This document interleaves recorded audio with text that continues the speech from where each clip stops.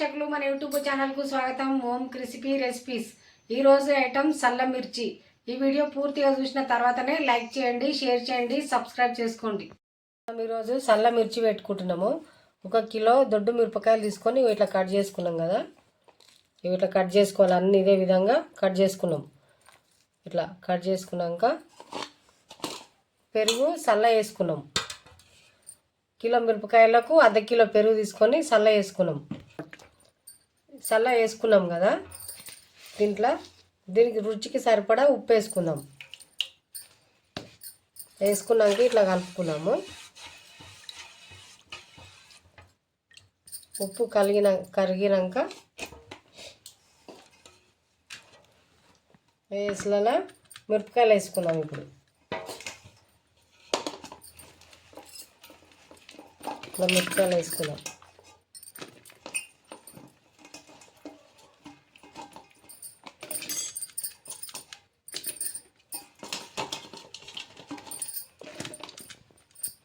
వేసులలో మిరపకాయలు వేసుకున్నాం కదా, ఇట్లా చల్ల పోసుకోవాలి. దీంట్లో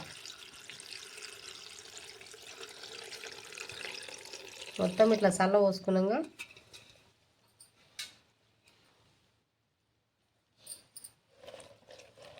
ఇట్లా మంచిగా లోపలికి ఒత్తుకోవాలి. ఇది ఒత్తుకున్నాక ఒక కాటన్ది కర్చీఫ్ అన్న ఏదైనా కాటన్ క్లాత్ కట్టుకోవాలి.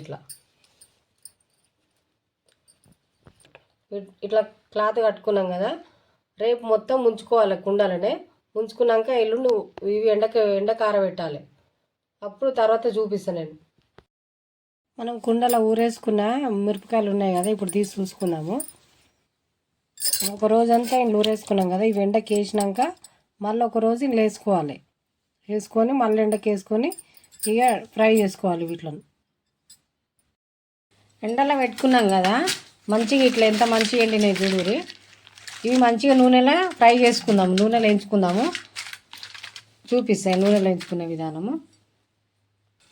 ఇప్పుడు కడాయి పెట్టుకొని నూనె పోసుకున్నాం కదా, మంచి మిరపకాయలని వేసుకోవాలి. వేసుకొని మంచిగా వేయించుకోవాలి. ఇట్లా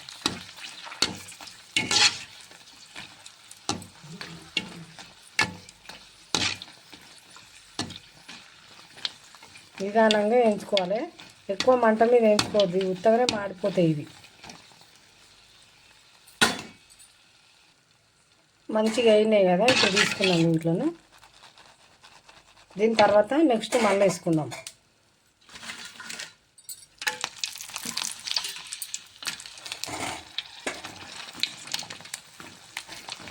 ఇంకే ఒకదాని ఇంకొకటి ఇట్లనే వేయించుకోవాలి.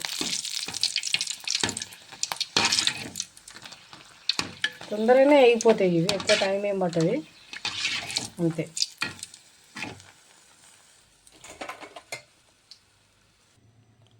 సల్ల మిర్చి రెడీ అయిపోయినాయి. నేను చెప్పినట్టు వేసుకోరి, చాలా బాగుంటాయి.